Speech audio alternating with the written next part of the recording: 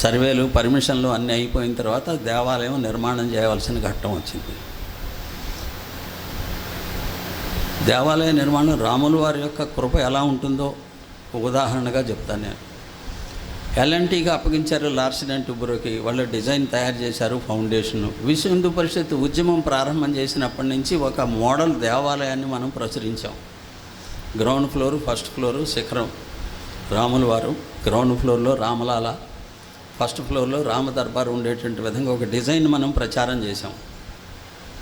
ఆ డిజైన్తో పాటుగా మనం ఏం చేసామంటే, ఇది వేల సంవత్సరాల పాటు ఈ దేవాలయం అనేటువంటిది స్థిరంగా ఉండాలి కాబట్టి దీంట్లో సిమెంట్ కానీ ఇనుమును కానీ ఐరన్ కానీ ఉపయోగించకుండా ఉండేటువంటి విధంగా శిలా సదృశ్యమైనటువంటి శిలలతోటే మాత్రమే శిలాలయంగా దీన్ని నిర్మాణం చేయాలని చెప్పి ప్రకటించాం.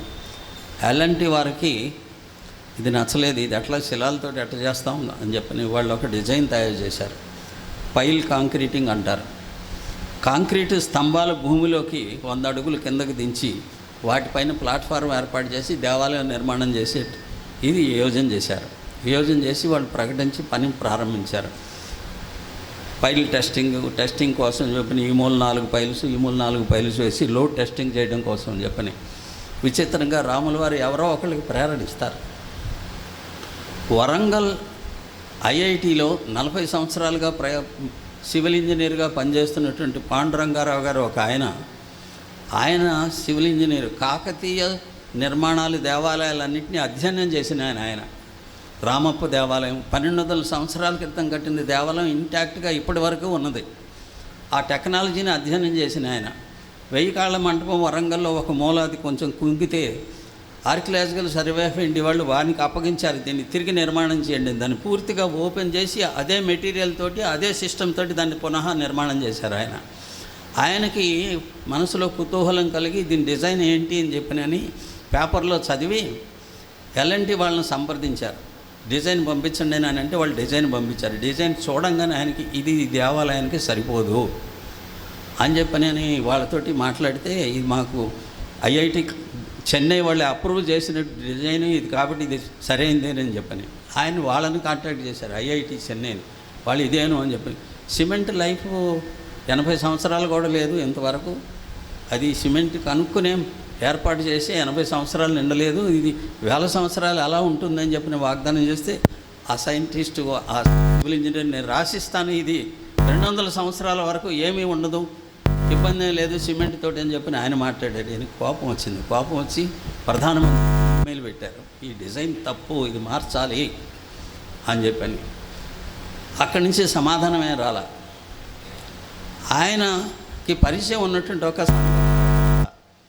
ఆయన ఇస్రోలో రిమోట్ సెన్సింగ్లో ఆయన సైంటిస్ట్గా ఉన్నాడు. శాటిలైట్ నుంచి సర్వే చేసేటువంటి డిపార్ట్మెంట్. ఆయనకి చెప్పారు ఇది విశ్వ హిందూ పరిషత్ వాళ్ళకి ఎవరికైనా చెప్పాలంటే అతను నాకు పరిచయం. ఆయన నాకు ఫోన్ చేశాడు, ఇలాగా ఉన్నది, వారిని మీరు కలిస్తే బాగుంటుందని చెప్పి ఫోన్ చేస్తే నేను ఆ రోజు హైదరాబాద్లోనే ఉన్నాను. వెంటనే రమ్మని పిలిస్తే ఆయన ఆ కాకతీయ స్ట్రక్చర్స్ గురించిన వివరాలన్నీ ఇచ్చారు. ఆ వివరాలు తీసుకుని వెంటనే రామ జన్మభూమి ట్రస్ట్ వాళ్ళకి పంపించి ఈయన పిలిపించాం. ఎల్ఎన్టీ వాళ్ళ ముందు ఈయన స్లైడ్ ద్వారా పీపీటీ ప్రజెంటేషన్ ఇచ్చారు. వారు చెప్పింది ఏంటంటే 2000 సంవత్సరాల క్రితం సరియు నది రామ జన్మభూమి ఆనుకుని ప్రవహిస్తుంది. ఇప్పుడు కూడా కింద నీటి ప్రవాహాలు ఉన్నాయి. వరద వచ్చినప్పుడు ఫుల్ వరద లెవెల్, హై ఫ్లడ్ లెవెల్లో ఉన్నటువంటి సమయంలో ఈ పాలియో ఛానల్స్ యాక్టివేట్ అయ్యి ఈ ఇసుకంతా కొట్టుకుపోతే మేవన్నీ కూడా హ్యాంగింగ్ పిల్లర్స్ అవుతాయి, వేలాడేటువంటి స్తంభాలు అవుతాయి, దేవాలయానికి స్థిరత్వం ఉండదు అని చెప్పాడు ఆయన.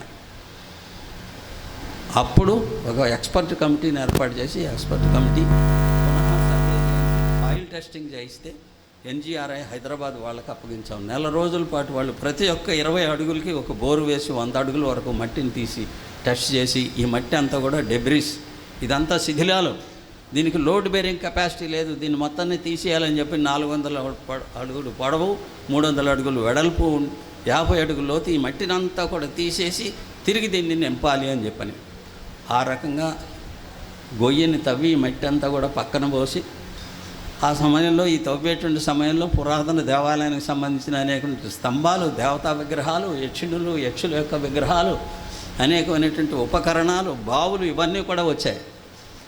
ఆ రకంగా ఒక ఇంజనీరింగ్ మెటీరియల్ తయారు చేసి సిమెంట్ లేకుండా 12 అంగుళాల ఒక ఆ మెటీరియల్ని 12 అంగుళాలని కాంపాక్టింగ్ అంటారు.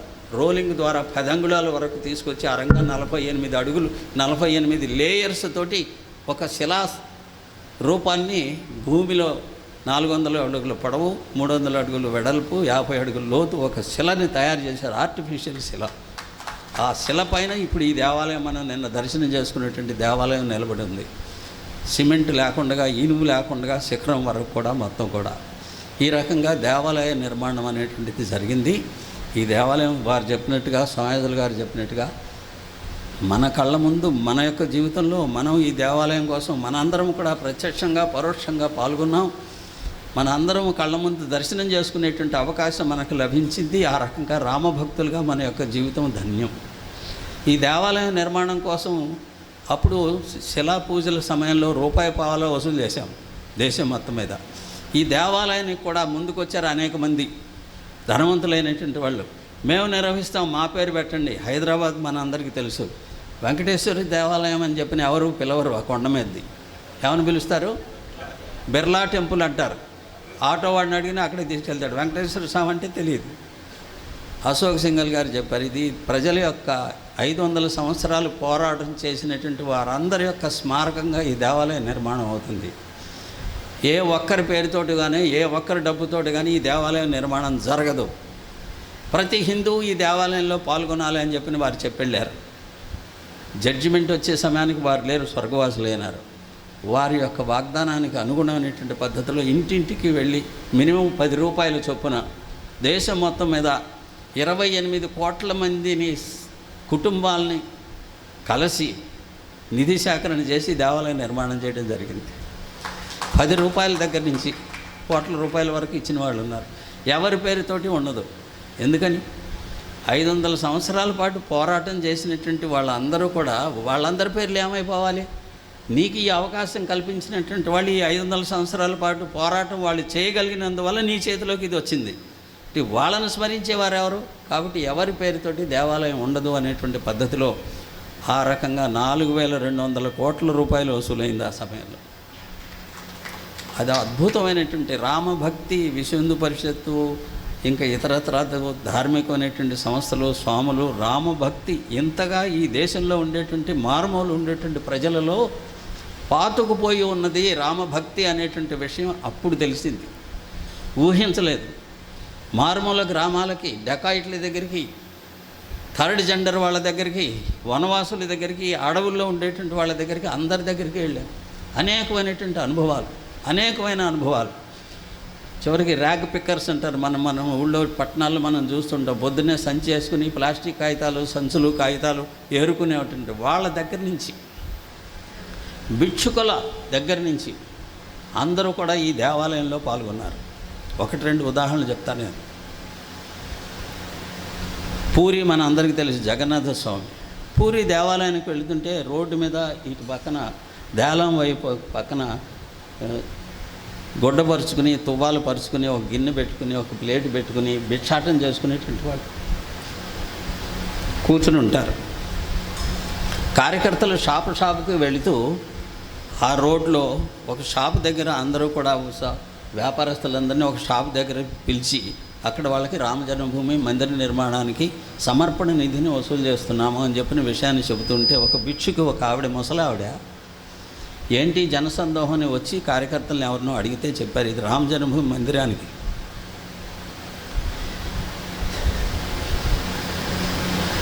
నేను కూడా ఇవ్వచ్చా?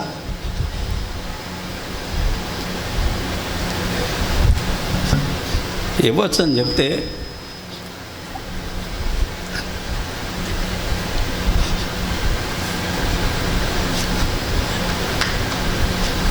ఆ గిన్నెలో ఉన్న 10 నాణేలు రాములవారికి సమర్పించి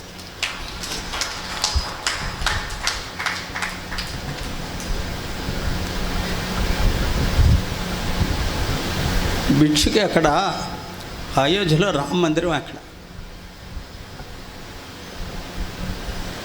ఇలాంటి అనేకమైన ఉదాహరణ. కొడ్డాకాయిటి గ్రామానికి వెళ్ళారు. ఈ చంబల్లో అంటారు, రాజస్థాన్, మధ్యప్రదేశ్, ఉత్తరప్రదేశ్ మూడు కలిసే చోట చంబల్ నది. యమునా నది, కోపన్ నది, డెకాయిట్లందరూ, పూలం దేవి వగైరా వగైరా అందరూ. షోలే సినిమా అదంతా దానికి సంబంధించిన కథే. అక్కడికి వెళ్ళాలా అక్కర్లేదా అని చెప్పని కార్యకర్తలు సందేహిస్తూ ఉంటే ఒక కార్యకర్త, నేను వెళ్తా ఈ డెకాయిట్ గ్రామాలకి, మోటార్ సైకిల్ మీద వెళ్తా, తీసుకుంటే నా మోటార్ సైకిల్ తీసుకుంటారు, నన్ను పట్టుకుంటారు, చూద్దాం అని చెప్పి అతను సాహసం చేసి ఆ గ్రామాలకు వెళ్ళాడు. చుట్టుముట్టారు. ఎందుకు వచ్చావు, ఎక్కడికి వెళ్తున్నావు, ఏంటని ఇట్లా రామజన్మభూమి. సాదరంగా ఆహ్వానించారు, కూర్చోబెట్టారు, ఊరందరినీ పిలిచారు, 4.5 లక్షల రూపాయలు పోగు చేసి ఇచ్చారు. ఇచ్చి తిరిగి వెళ్ళేటప్పుడు మేము డెకాయిటీకి వెళ్ళే ముందు మా రాములు వారి గుడిలో పూజ చేసుకుని బయలుదేరతాం. డెకాయిట్కి వెళ్ళే ముందు కూడా రాముల వారికి పూజ చేసుకుని మొక్కుకుని బయలుదేరతాం. అలాంటి రాముల వారి గుడి కోసం మేము ఇవ్వకపోతే ఎవరిస్తారు?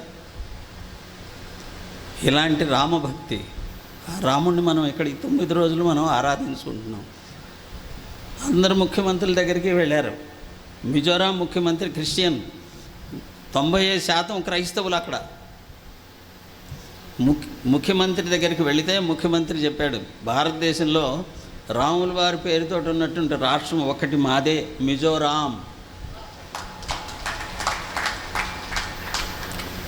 నా పేరులో కూడా రామ్ ఉన్నది, నా పేరు జోరామ్ థాంగా, రామ్ నా పేరులో ఉంది, నేను ఇవ్వకపోతే అలాగే. 2 లక్షల డొనేషన్ ఇచ్చారు మంత్రికి, దేవాలయానికి. ఇలాగా దేశంలో అన్ని, మధ్యప్రదేశ్లో బరేలీ అని ఒక జిల్లా ఉంది, ఆ జిల్లాలో 4 గ్రామాలు అన్నీ కూడా థర్డ్ జెండర్. మామూలుగా మన తెలుగులో కొజ్జాలు అంటుంటారే, ఆడ మగ కానివారు, బృహన్నలని. ఆ గ్రామానికి వెళ్ళారు. గ్రామానికి వెళితే చెక్ బుక్ తీసుకుని వచ్చి ఎంత కావాలో రాసుకోండి. వెళ్ళిన కార్యకర్తలకు సందేహం, ఎంత రాయాలి? అతను ఏదో 1 లక్ష రూపాయలు రాశాడు. రాముల వారికి 1 లక్ష రూపాయల అని చెప్పని 7 లక్షలు రాసి సంతకం పెట్టి చెక్ ఇచ్చారు. ఇలాగ ఊరూరు గ్రామాన, ఛత్తీస్గఢ్లో సుకుమా ఎప్పుడు ఎన్కౌంటర్లు జరుగుతాయి, నక్సలైట్లు, అక్కడ గ్రామాలకు వెళ్ళారు. ఒక గ్రామానికి వెళితే ఆ గ్రామం పెద్ద సర్పంచ్ వీళ్ళందరినీ ఆహ్వానించి మెడలో పూలమాల వేసి కాళ్ళు కడిగి హారతిచ్చి ఇంట్లో కూర్చోబెట్టి దక్షిణించి పంపించారు. ఇలాగా రాముల వారి నామము, రాముల వారి పట్ల భక్తి లేనటువంటి మారుమూల చిన్న ప్రదేశం ఏది కూడా లేదు. అలాగా యావత్తు సమాజం యొక్క భాగస్వామ్యంతో దేవాలయం నిర్మాణమైంది. ఈరోజు కూడా ప్రతిరోజు, నిన్న రైల్వే స్టేషన్ మాస్టర్ కలవడానికి వచ్చారు. ప్రాణప్రతిష్ఠ సమయంలో నేను ఇక్కడ ఒక 5 నెలలు ఉన్నాను. నేను వచ్చేటువంటి సాధువులకు వ్యవస్థ చేయడానికి, వాళ్ళ నివాసము, వాళ్ళకి ఏర్పాట్లు ఇవన్నీ చేయడం కోసం ఒక నగరాన్ని నిర్మాణం చేశాము. అటాచ్డ్ బాత్రూములతో 1400 గదులు. ఆ సమయంలో ఆ తర్వాత కార్యకర్తలందరూ దర్శనం చేసుకోవడానికి స్పెషల్ ట్రైన్స్ వేసాం, 44 రైళ్ళు. ఆ టైంలో ఆయన చెబుతున్నారు, ఈరోజు కూడా అయోధ్య రోజు దిగే వాళ్ళకి అంతా 1,00,000 మంది ఉన్నారు. 1,00,000 మంది ఈరోజు ప్రతిరోజు వస్తూ ఉన్నారు. ఈ రకంగా విశేషమైనటువంటి ఇక ప్రాణప్రతిష్ఠ సమయం మీరు అందరూ టీవీలో చూసుంటారు. ప్రాణప్రతిష్ఠకి ఎవరిని పిలవాలని చెప్పి ఆలోచించాం. ఎవరిని పిలవాలి అనుకున్నప్పుడు మొట్టమొదటి ఈ 500 సంవత్సరాల పోరాటంలో మరణించినటువంటి కుటుంబాల వాళ్ళు ఎక్కడెక్కడ ఉన్నారు, ఏ రాజులు రాజవంశాల వాళ్ళు ఎక్కడున్నారని వెతికి దేశం మొత్తం మీద అలాగా 13 మంది యొక్క అడ్రస్సులు దొరికాయి. వాళ్ళ కుటుంబం నుంచి ఒకళ్ళని పిలిచాం. దేశ రక్షణ కోసం చెప్పిన అసూలు బాసినటువంటి సైనికులు, పరమవీర చక్ర, మహావీర చక్ర, ఈ రకమైనటువంటి పద్ధతుల్లో దేశం కోసం అసూలు అర్పించినటువంటి సైనికుల యొక్క వారి కుటుంబాల నుంచి ఒకళ్ళని పిలిచాం. ఆ రకంగా పద్మశ్రీ, అన్ని రంగాలకు సంబంధించినటువంటి పద్మశ్రీ పొందినటువంటి వాళ్ళ నుంచి హిందుత్వ విచారధారకి, రామభక్తికి అనుకూలంగా ఉన్నటువంటి వాళ్ళని పిలిచాం. వ్యాపారస్తులను పిలిచాం, ఇండస్ట్రియలిస్టులు పిలిచాం, అన్ని రంగాలకి సంబంధించిన ప్రముఖుల్ని పిలిచాం. అందరూ రాముల వారి ముందు సమానం. ఎవరికి ఫలాని వారి కుర్చీ మీద ఈ పేరు లేదు. మహంతులు, పీఠాధిపతులు అందరూ కూడా ఇట్లాగే కూర్చున్నారు. ఫస్ట్ కమ్ ఫస్ట్ సర్వ్, ఎవరు వస్తే వాళ్ళు కూర్చోరు. అదానియా, అంబానియా, అమితాబ్ బచ్చన్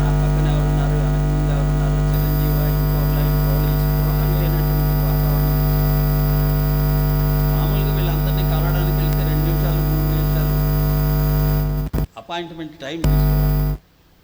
2 నిమిషాలు మాట్లాడి పంపించేస్తారు. ఈ పెద్ద పెద్ద వాళ్ళందరూ కూడా తినాలి తాగాలి అని అంటే చూసి టెస్ట్ చేసి ఆయన ముందు పెడితే ఆయన తింటారు తాగుతారు. అలాంటి వాళ్ళందరూ రాముల వారి ముందు సమానంగా ఇలాగే కూర్చున్నారు. పక్కన ఎవరు ఉండేవారు, వెనకెవరు నిలబడలేదు. ఒకళ్ళే సహాయకులు సేవకులు ఎవరు లేరు. కూర్చునేవాళ్ళు, చెప్పులు వేసేవాళ్ళు, కూర్చేవాళ్ళు, ఇటువంటి కూర్చేవాళ్ళు ఎవరు లేరు. వాళ్ళ యొక్క సహాయకులు అందరూ కూడా పురుషుడైతే భార్యను తీసుకుని రావచ్చు, స్త్రీ అయితే భర్తను తీసుకురావచ్చు, పిల్లలు స్థలం లేదు అక్కడ అన్ని రాళ్ళు పడుతుంది. అట్లా అందరూ సమానంగా కూర్చున్నారు. రాముల వారి ముందు పొరపొచ్చిగా లేకుండా 6 గంటల సేపు కూర్చున్నారు. గంట, అరగంట, 20 నిమిషాలు, 10 నిమిషాలు కాదు, 6 గంటల సేపు పెట్టింది తిన్నారు, ఇచ్చింది తాగారు, కాఫీ ఇచ్చాం, టీ ఇచ్చాం, మిఠాయి పొట్లం ఇచ్చాం, అల్పాహారం పొట్లం ఇచ్చాం. ఈ రకంగా రాములు వారి ముందు ఈ రకంగా ఒక్క విశుద్ధ పశువుతో ఆర్ఎస్ఎస్కి మాత్రమే సాక్ష్యం. సమాజంలో ఉన్నటువంటి అన్ని వర్గాల వాళ్ళు పొరపొచ్చిగా లేకుండా ఒకే వేదిక మీద రాముల వారి ముందు కూర్చోగలిగినటువంటి విధమైనటువంటి సమర్థత కలిగినటువంటి సంస్థ కేవలం విశుద్ధ పరిషత్ మాత్రమే. అన్ని కులాల వారు అందరూ ఏకంగా తమంతట తాము వచ్చి కూర్చున్నట్టుగా టీవీలో మీరు అందరూ కూడా చూశారు. మేమందరం కూడా కళ్ళనీళ్ళు పెట్టుకున్నాం, ఏడ్చాం. స్వాములు పీఠాధిపతులు అందరూ కళ్ళనీళ్ళు పెట్టుకున్నారు. మహత్తరమైనటువంటి దృశ్యం ఇది. రామజన్మభూమికి సంబంధించిన సంక్షిప్తమైనటువంటి చరిత్ర. అధిక సమయాన్ని తీసుకున్నాను, మన్నించవలసిందిగా కోరుతూ ఈ సమయంలో మనందరం భాగ్యవంతులు. రాముల వారిని మనం దర్శనం చేసుకుంటున్నాము. ఈ సౌభాగ్యాన్ని మనం కొనసాగించవలసిందిగా మన తర్వాతి తరాల వాళ్ళకి ఈ రామభక్తిని మనం అలవాటు చేయాలి. ఈ దేశభక్తిని, రామభక్తిని మన తర్వాతి తరాల వాళ్ళకి మనం అందించేటువంటి విధమైనటువంటి సంకల్పంతో మనందరం ఇక్కడి నుంచి వెళదాం. జై శ్రీరామ్. భారత్ మాతాకి జై. జై శ్రీరామ్, జై శ్రీరామ్, జై శ్రీరామ్.